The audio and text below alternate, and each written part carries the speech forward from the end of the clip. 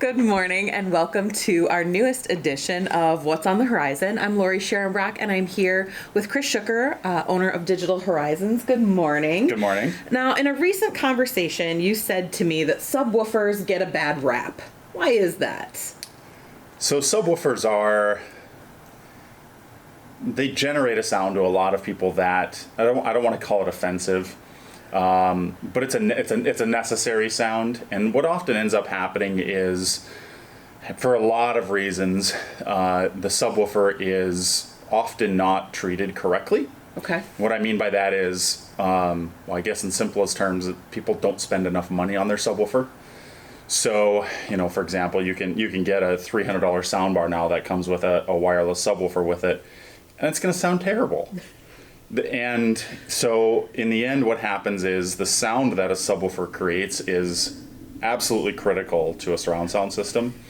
Because when you think about it, let's say you're watching an action movie and you hear an explosion, or you're in person and you see an explosion. That explosion makes a very deep, chest pounding sound, and if you can't properly reproduce that sound, your subwoofer, when you can't properly reproduce it, the subwoofer flaps and it flops and it doesn't actually make the sound. It just sounds terrible. So unless you get a good subwoofer, what you're getting isn't an accurate representation of what that low frequency sound is supposed to be. And that's why they get a bad rap, is they're often, people just don't get a good enough subwoofer. It's not tuned correctly. It's not placed in the room correctly. And so then the sound that it's meant to be generating isn't what you're supposed to be hearing, and it detracts from what you're actually supposed to be getting out of what you're watching.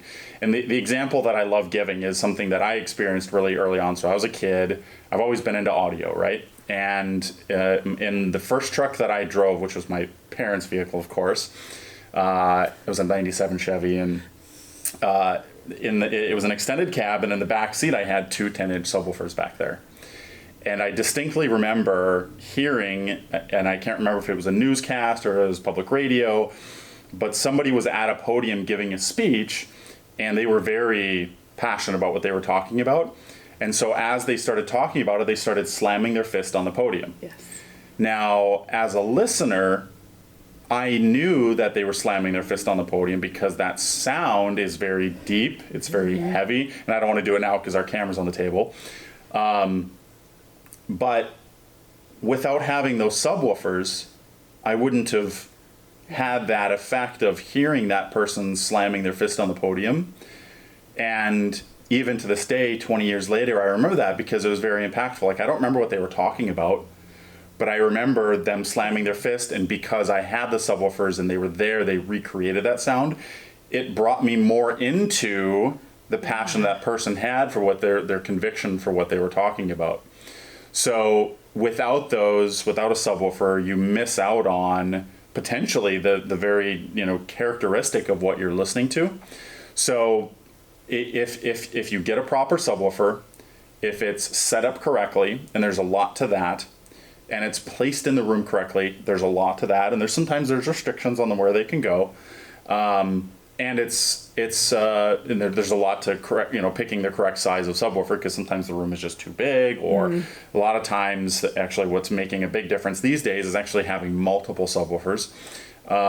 You get the bass that you're supposed to have, and it enhances what you're watching rather than detracting from it. So we like to think that when we set up our rooms and design our systems, we're incorporating subwoofers correctly, and then they're enhancing what you're watching. They're filling out the sound, and it's probably a whole nother topic. But when you're recreating sound, there's a spectrum of frequencies that speakers are generating. And the larger the driver, generally speaking, the longer the wavelength that can be made, and the longer the wavelength, the deeper the sound.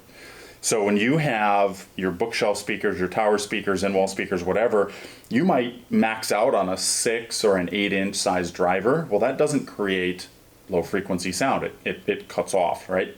And that's where subwoofers fill in. So if you don't have a sub at all, you're missing a huge part of that spectrum of sound that you are supposed to be hearing that is a part of even just regular TV shows to movies to anything that you're watching. So outside of the center channel and your left and right speaker in a surround sound system, the subwoofer's right up there as one of the most important speakers. And if you don't have a good one, you're just missing out. So what is a good one? Are there some brands that do this better than others? Well, we're partial, of course. Sure. Yeah. So we like JL is one of our main companies that we work with for good subwoofers, and they're a little pricey, and obviously that's very relative. But JL starts at about the $800 or $900 range for an 8 or 10 inch subwoofer, and then they go all the way up into the tens of thousands for some of their really high end models. They have a really sweet sub they call the Gotham. It's got multiple 13.5-inch drivers. It requires special power. It weighs 300 pounds. So it's like Batman in a room. Correct. Yeah. Yeah. So they have the Gotham, they have the Fathom, and then they're all over the place. But JL is world known for their car audio subs. And then about 6 years ago, they took that technology and brought it into the home. And they've been dominating. It's fantastic. We have 2 of them in our theater system here. We have 2 12-inch JL subs, and they're fantastic. Below that, generally, I would say the point at which you have to spend to get what I would consider a baseline subwoofer is about $500. That's not bad. Yeah. And that's the starting point. But yeah, $500 to $700 is like the absolute minimum. Anything below that, and just with our understanding of material costs, construction, they have to ship it. Everybody has to make money in the chain. Yes. You generally don't get a good quality subwoofer until you spend about $500 or $700, and then up from there, it obviously increases. And with anything audio, you get a lot of diminishing returns. So that that $13,000 sub from JL, like, it sounds amazing, but it's not 10 times the price, 10 times as good as a $1,300 subwoofer. Sure. So, but they all have their place and sound amazing regardless.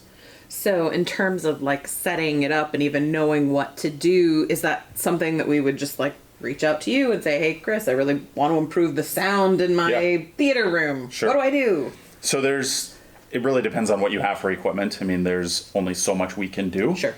But setting it up and calibrating it is part of the services that we offer when we install our systems. One of the neat things that is growing in capabilities is there's a lot of automatic setup that can be done. Some subwoofers have their own calibration for themselves.